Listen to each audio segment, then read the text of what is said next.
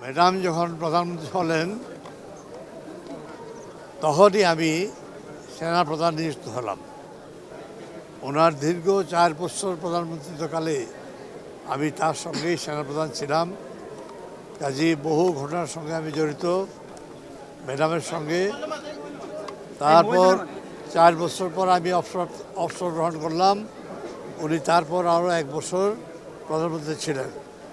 ওই 4 বছর অনেক স্মৃতি, অনেক কথা যা বলার সময় এখন নাই। আজকে আমরা এসেছি তার সমাধিতে পুষ্প অর্পণের জন্য এবং তার জন্য দোয়া করার জন্য। আল্লাহ পাক ওনাকে জান্নাতুল ফেরদৌস কবুল করুন, আমিন আমিন আমিন। আপনারা সবাই তার জন্য দোয়া করবেন। উনি বেহেশতের মানুষ, সেটা তার জানা যায় কত লক্ষ লোক হয়েছিল, সেটা দেখে বোঝা যায় আল্লাহ তাকে কবুল করেছেন বেহেশত হিসাবে। আল্লাহ যেন ওকে ব্যস্ত করে এই দোয়া করি। ওনার সঙ্গে আর অনেক স্মৃতি, অনেক কথা।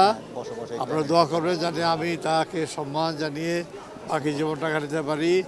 আমরা চিরকালই জিয়া রহমানের দলে ছিলাম, রাষ্ট্রপতি জিয়া, প্রেসিডেন্ট জিয়া, জেনারেল জিয়ার সঙ্গে ছিলাম। ওনার সঙ্গে আমি তার জীবনের যে কঠিন মুহূর্তগুলো, এই যে সেনাবাহিনীতে একটা বিদ্রোহ হয়েছিল, 18টা কূপ হয়েছিল, 22টা কূপ হয়েছিল, তার সঙ্গে আমি সবসময় উল্কার মতো ঘুরে বেরিয়েছি এবং এই সমস্ত কূপ দমন করেছি। এটা আমার কৃতিত্ব। আল্লাহ আমাদেরকে সফল করেছেন, তাই সেনাবাহিনী টিকে আছে, দেশের স্বাধীনতা সার্বভৌমত্ব টিকে আছে। আজকে প্রেসিডেন্ট রহমান আমাদের সঙ্গে নাই। ওনাকে আমরা কীভাবে হারালাম আপনার সব গল্প কাহিনী জানেন। উনি হয়তো আল্লাহ ওনাকে নিয়ে গেছেন, কিন্তু উনি বেঁচে থাকলে দেশের দিক দিন অন্যরকম হতো। ওনার দেশ অনেক এগিয়ে যেত। আমরা তার জন্য মাগফিরাত কামনা করি, দোয়া কামনা করি আল্লাহ ওনাকে জান্নাতুল ফেরদৌস কবুল করেন, আমিন। আপনাদের সবাইকে ধন্যবাদ। আল্লাহ আপনাদের ভালো রাখুক। আসসালামু আলাইকুম রহমতুল্লাহ।